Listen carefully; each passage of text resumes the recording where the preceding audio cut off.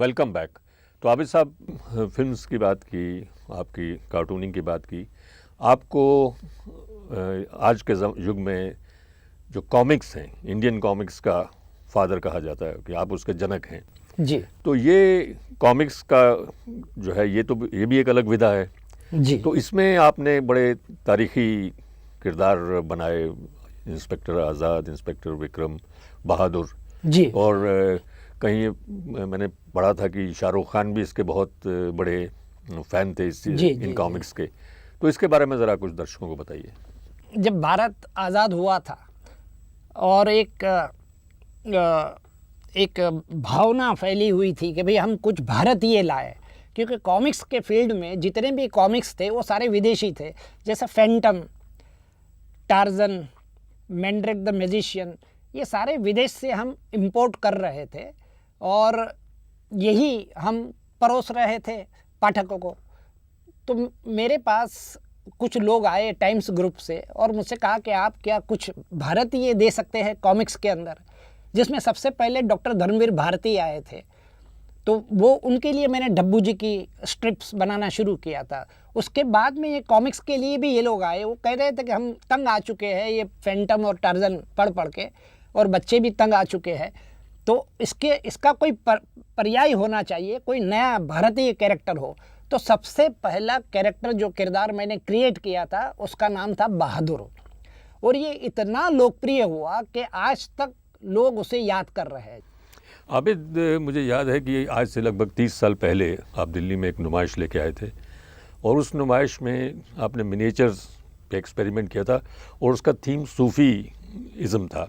आज तो सूफ़ीज़म को लेकर बहुत ही it's on hot sale we can say जी, लेकिन उस वक्त आपका जो एक्सपेरिमेंट था ये बहुत ही बोल्ड और बहुत ही लोगों के लिए एक नयापन लेके आया था। तो अभी आपने बातचीत में पहले बताया कि आपको आपके फादर जो थे, जो बाद में डब्बू जी की प्रेरणा बने आपके लिए, तो आपने कहा कि उनका सूफीज़म से उनका ताल्लुक था। सही तो बात। क्या वो नुमाइश भी कहीं ना कहीं उन्हीं से प्रेरणा मिली आपको? बिल्कुल उन्हीं से प्रेरणा लेकर, और उन्हीं की वजह से अगर वो सूफ़ी ना होते तो मैं अध्यात्म की ओर आगे न बढ़ता। उन्हीं की बदौलत मैं जिन लोगों के संपर्क में आया, बचपन की ही बात बता रहा हूँ कि बचपन में मेरे जितने मित्र थे, यानी कि मैं 10 साल का था तो मेरे मित्र सारे 25-30 साल के थे, जिसमें जैन मुनि भी थे, जिसमें पंडित भी थे, मुस्लिम्स यानी सूफीज़ भी थे। इस तरह कई लोग जो पापा की वजह से ही मेरी ज़िंदगी में आए, और उन लोगों से इतनी प्रेरणा मिली कि मुझे ये एहसास हुआ कि सूफीज़म पर कोई काम नहीं हुआ है। मैं तब की बात बता रहा हूँ, 30 साल पहले की। तो मुझे कुछ करना चाहिए, और मैंने उसके लिए फॉर्मेट जो चुना, वो फॉर्मेट जो था वो मिनिएचर का था। जैसे हमारे यहाँ मिनिएचर, जो भारतीय मिनिएचर पेंटिंग्स जो है बड़े मशहूर है, जो मुग़ल शैली में बनते हैं, राजस्थानी शैली, कांगड़ा शैली, पहाड़ी शैली। तो उसी शैली को एडप्ट करके एक नए अंदाज में मैंने सूफ़ी मिनिएचर्स बनाए, जिसकी प्रदर्शनी एक बम्बई में की तो वो भी सोल्ड आउट हुई, यहाँ दिल्ली में की तो यहाँ भी बहुत ही बढ़िया रिस्पांस मिला उसका, और लोग आज तक उसे याद करते हैं। क्या आज भी आप अध्यात्म से जुड़े हुए हैं?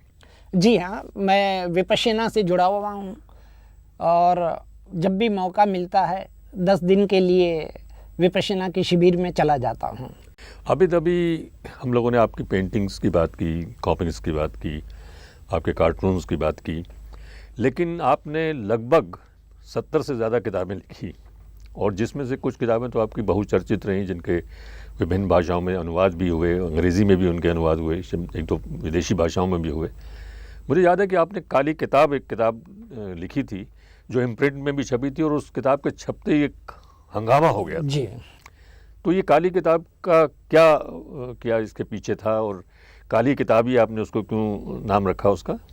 जैसे सलमान रश्दी ने सैतानिक वर्सेस लिखी, उसका जो भी इंटेंशन रहा हो, लेकिन उसने एक धर्म पर अटैक किया था, जैसे कि इस्लाम पर। काली किताब जो वो भी सैतानिक वर्सेस है, लेकिन वो 30 साल पहले लिखी गई थी, जिसमें मैंने धर्म के मूल पर अटैक किया था कि आज लोग जो है अंधे हो गए, फैनेटिक्स हो गए हैं, कट्टरपंथी हो गए, क्यों ऐसे होते जा रहे हैं?